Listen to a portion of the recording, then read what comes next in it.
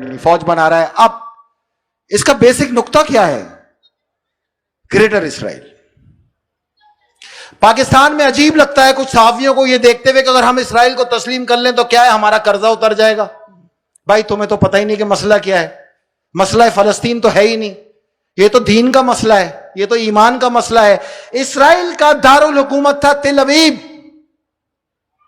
Greater اسرائیل کا دارالحکومت اب بنایا گیا ہے 2016 میں دنیا کے عظیم مسخرے سابق صدر ڈونلڈ ٹرمپ کے ہاتھ سے یروشلم.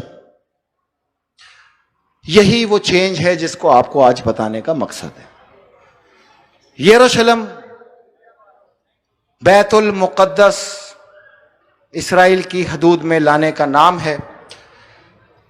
جنوری میں اسرائیلی پارلیمنٹ میں اس چیز کا اعلان ہو چکا اور اسرائیلی رب بھی اس چیز کا اعلان کر چکا ہے کہ اس کے مسیحا سے ملاقات ہو گئی ہے اور اگلے سال کے اوائل کے اندر ہمارا مسیحا دنیا میں رونما ہو جائے گا، جس کی تصدیق 6 اسرائیلی وزیروں نے اسرائیلی پارلیمنٹ میں کی.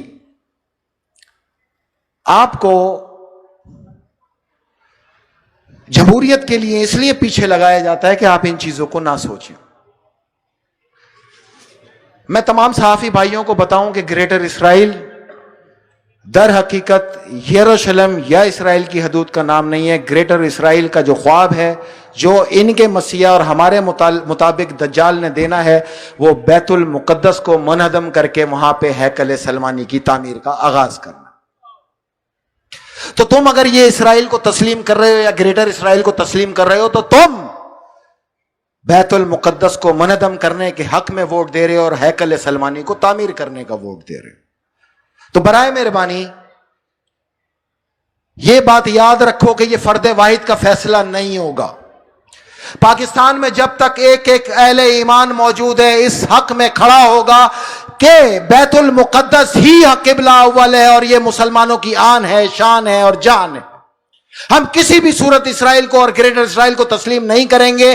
ویکسین آئے یا نہ آئے ہمیں کوئی فکر نہیں ہے. اگر اس معاملے میں اس دوا سے ہماری جان جاتی ہے تو بے شک جائے، ہمیں کوئی اس پہ اعتراض بھی نہیں ہے. یاد رکھنا میری بات. اب آؤ مولا علی کی ان نشانیوں پہ. زمانہ آخر میں وہ وقت آئے گا لوگ ایک دوسرے سے ہاتھ ملانے سے ڈریں گے. سوسائٹی بالکل ٹوٹ چکی ہوگی. حج اور کعبے کا طواف موقف ہو جائے گا. موقف تو اس کو کہتے ہیں جو از خود روکا ہو. اور دجال شفا بانٹتا ہوا آئے گا پوری دنیا میں. وہ کیا کہہ رہے ہیں؟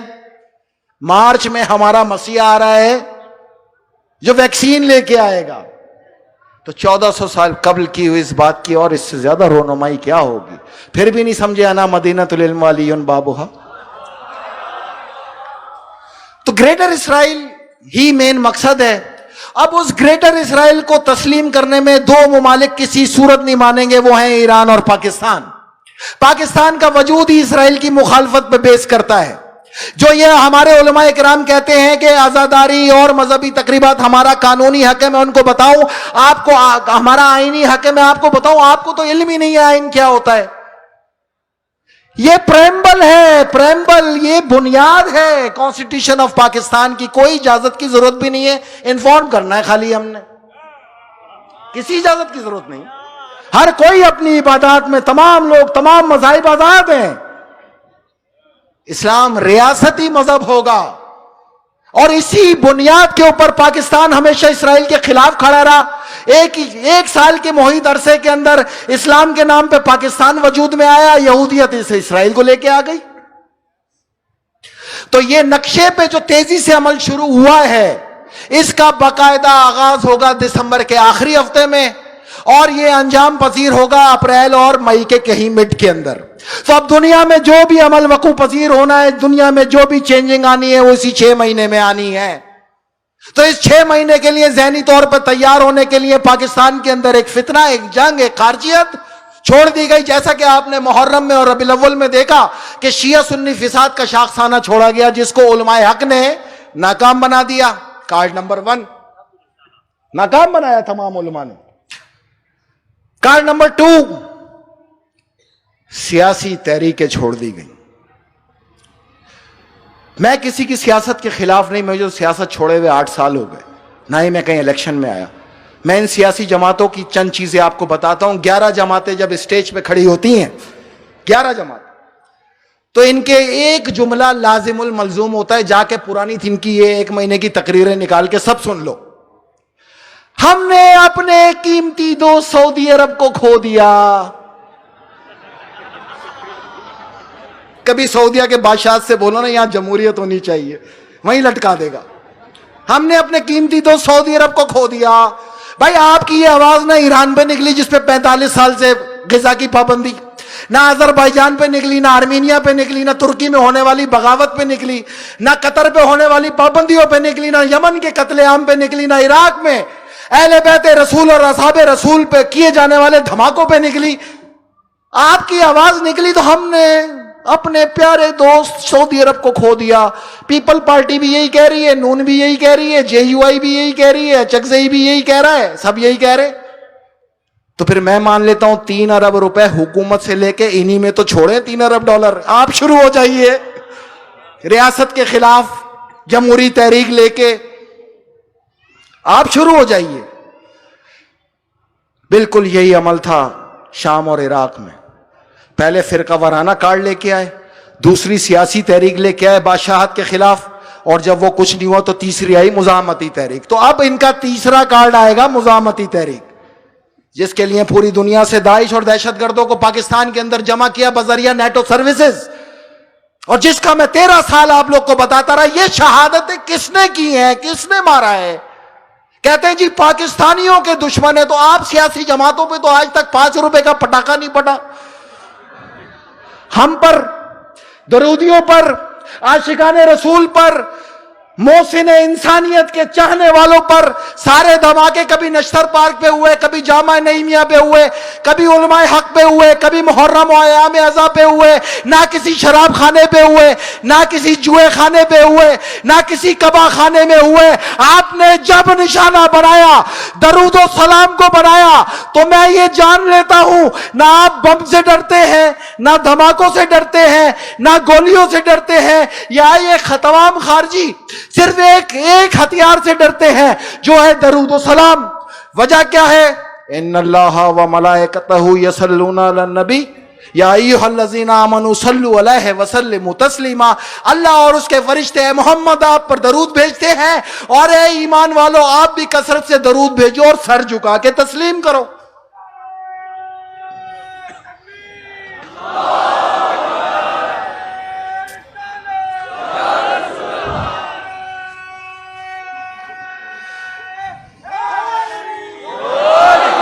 $3 ارب ریاست پاکستان سے لے کے فتنہ گر ملاؤں میں اور سیاستدانوں میں تقسیم کیے گئے. ہم غریب کے سب سے بڑے چیمپئن نے 1.5 ارب روپے کا جلسہ کر دیا، بات غریبوں کی ہے. پیسہ کہاں سے آیا؟ آپ کے پاس یہ پیسے کہاں سے آئے جو آپ نے تحریکیں شروع کر رکھی ہیں؟ یہی پیسے اگر انہی کرونا فنڈ کے اندر ڈال دیں تو آنے والے مسائل سے نمٹنے کے لیے ہمارے پاس وافر مقدار میں وینٹیلیٹر اور آکسیجن گیس سلنڈر ہونے چاہیے. بھائی یہ وہ باتیں ہیں جو ان تقریبات کا اصل مقصد ہے. اگر دور حاضر کے دجال کے سامنے آپ آواز نہیں اٹھا سکتے تو آپ کو کوئی حق نہیں آپ اپنے آپ کو عاشق رسول بولو. کیوں؟ میرے رسول خدا نے نہیں کہا ظالم اور جابر حکمراں کے آگے کلمہ حق بلند کرنا سب سے بڑا جہاد ہے؟ تو یہ جہاد کب تک چند لوگ کریں گے؟ اور وہ جو چند لوگ جہاد کر کے پابند و سلاسل ہو جاتے، آپ سوشل میڈیا پہ بیٹھے ہوئے جنگ لڑ رہے ہوتے. ہم کیا سوشل میڈیا پہ گرفتار ہوئے تھے؟ تو جب آپ اپنے حق کے لیے لڑنے والوں کے حق میں نہیں کھڑے ہوں گے، آپ کے حق میں لڑنے کے لیے کوئی نہیں کھڑا ہو. ہم اس دور میں جا رہے ہیں جہاں سے تیسری عالمی جنگ عظیم کا آغاز ہونے جا رہا ہے. اگلا سال دنیا میں تیسری عالمی جنگ عظیم کھل کے پھیلے گی. عالمی طاقتوں کا مقصد ہے کہ اس جنگ کو پاکستان میں پھیلایا جائے، اس جنگ کو کراچی سے آغاز کیا جائے. اس جنگ کے اندر بڑی تعداد میں دہشت گرد موجود ہیں. یاد رکھنا اگر آپ نے اپنی وردی کا ساتھ نہ دیا یا اس کو کمزور کرنے کی کوشش کی تو پھر آپ کی بچت کا کوئی راستہ نہیں. لیکن اگر آپ نے اپنی سیکیورٹی فورسز کا ساتھ دیا، ان شہدائے افواج پاکستان کو عقیدت کی نظر سے دیکھا اور شیعہ سنی اتحاد بنا کر تمام عاشقان رسول کو اگر فوج کے ساتھ کھڑا کر دیا، تو میں آپ کو بتاؤں شام اور عراق میں وہ شکست تکفیریوں کو نہیں ہوئی جو ریاست پاکستان میں ہوگی. 2 منٹ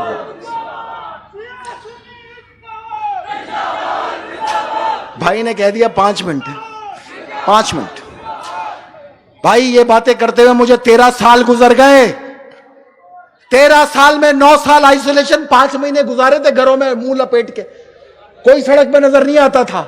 کیسا حال ہوا آپ کا؟ تو 9 سال میں ہمارے کیا حال ہوئے ہوں گے کہ ہم نے اپنی ذات کے لیے یہ باتیں کی. میں آپ کو یہ تنبیہ کر کے جا رہا ہوں, میں آپ کو یہ ہدایت کر کے جا رہا ہوں, میں تمام شہداء کے وارثین کو بتا کے جا رہا ہوں, کہاں گئی وہ برسیاں جو ہمارے شہداء کی ہوا کرتی تھی؟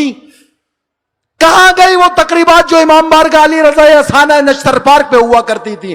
کہاں گئے وہ ہزارہ کے شہداء کی برسیاں؟ کہاں گئی وہ مون مارکیٹ کے شہداء کی برسیاں؟ کہاں گئی جامعہ نعیمیہ کی اس برسی کو پوری سطح پہ منایا جاتا تھا, آج کیوں نہیں منایا جا رہا؟ یہ تقریبات کی ضرورت, یہ اسٹیج سجانے کی ضرورت ہے.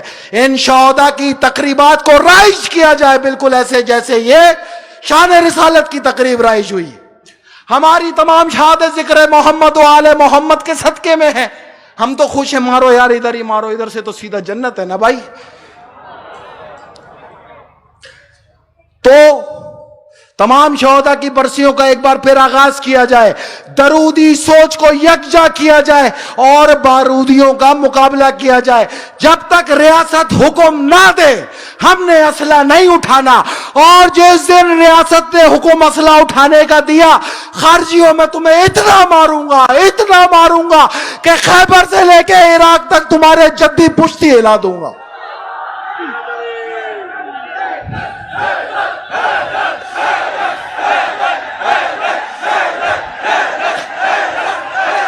اور سیاست دانوں, میں لعنت بھیجتا ہوں ایسی سیاست پہ جو اس کے عوض ملے. لعنت بھیجتا ہوں میں. یہ جھوٹ, منافقت, نہ یہ آپ کے جلسوں میں آئے, نہ یہ آپ کے جنازوں پہ آتے ہیں, نہ آپ کے وارثین پہ آتے ہیں, نہ شہداء کے قبروں پہ آتے ہیں, نہ آپ سے پیچھے حال پوچھتے ہیں. اور جب یہ الیکشن آتے ہیں آپ زندہ باد کے نعرے مار کے ان کے ساتھ گھوم رہے ہوتے ہیں, کیونکہ ان کو اچھی طرح پتہ ہے ان کی اوقات ہی یہی ہے. اپنی سوچ کو بدلنا ہے.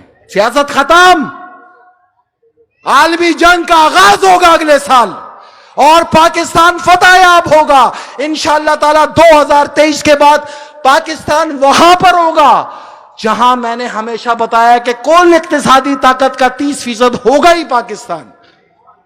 تو اس وقت کے لیے اپنے بچوں کے لیے بہترین قدم اٹھانا, ریاست کے حق میں چلنا ہے, ریاست پاکستان کا وفادار رہنا ہے. ہم صرف ریاست پاکستان کے حکم کو مانیں گے, ہم سیاستدان اور پارلیمنٹ کے حکم کو تسلیم نہیں کرتے. ایک کردار چاہیے, کردار بہت وضاح اور چھوٹا سا ہے. حقیقت یہ ہے کہ لوگ ہمیں جان سے مارنے کی دھمکی دیتے ہیں, ہم بولتے ہیں پاگل ہو گئے ہو, 15 سال سے مار رہے ہو یار. 15 سال سے دھماکے کر کے ہمیں مار رہے ہو, اور ہم سینے کے ساتھ تمہارا مقابلہ کر رہے ہیں, خالی سینے میں روک رہے ہیں.